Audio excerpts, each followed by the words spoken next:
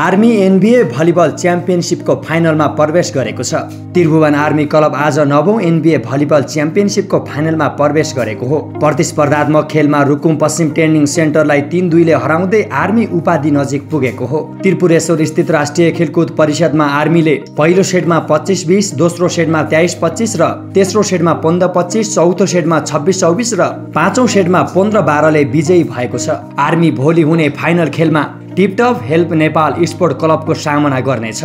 आजै नेपाल पुलिस क्लबलाई 3-0 को सोझो सेटमा हराउँदै हेल्प नेपाल उपाधि नजिक पुगेको थियो। हेल्प नेपाल पहिलो सेटमा 25-21, दोस्रो सेटमा 25-23 र तेस्रो सेटमा 25-22 ले विजयी भएको हो। यो सँगै महिलातर्फ फाइनलमा पुलिस र न्यू डायमन्ड भिड्ने। नेपाल पुलिस क्लब र Tiptop new diamond sport club 9औं एनबीए भलिबल च्याम्पियनशिपको महिलातर्फको फाइनलमा पुगिसकेका छन्। त्रिभुवन आर्मी क्लबलाई 3-1 सेटले हराउँदै पुलिस क्लब च्याम्पियनशिपको उपाधि नजिक पुगेको हो। पुलिसले आज आर्मीलाई हराउँदै टिपटप न्यू डायमन्ड स्पोर्ट क्लबसँगको फाइनल भेट पक्का गरेको हो। पुलिसले आर्मीलाई पहिलो सेटमा 25-12, दोस्रो सेटमा 29-31, तेस्रो सेटमा 25-14 र चौथो सेटमा 25-18 ले हराएको हो। त्यसअघि एकतर्फी खेलमा एपीएफ क्लबलाई 3-0 को सोझो सेटमा हराउँदै न्यू डायमन्ड उपाधि नजिक पुगेको हो। न्यू डायमन्डले पहिलो सेटमा 25-17, दोस्रो सेटमा 25-20 र तेस्रो सेटमा 25-7 ले सहजै विजयी भएको थियो। फाइनलसम्मको यात्रामा न्यू डायमन्डले खासै चुनौतीको सामना गर्नु परेको छैन। यद्यपि न्यू डायमन्डले फाइनल कस्तो खेल्छ त्यो भने हेर्न बाँकी नै छ।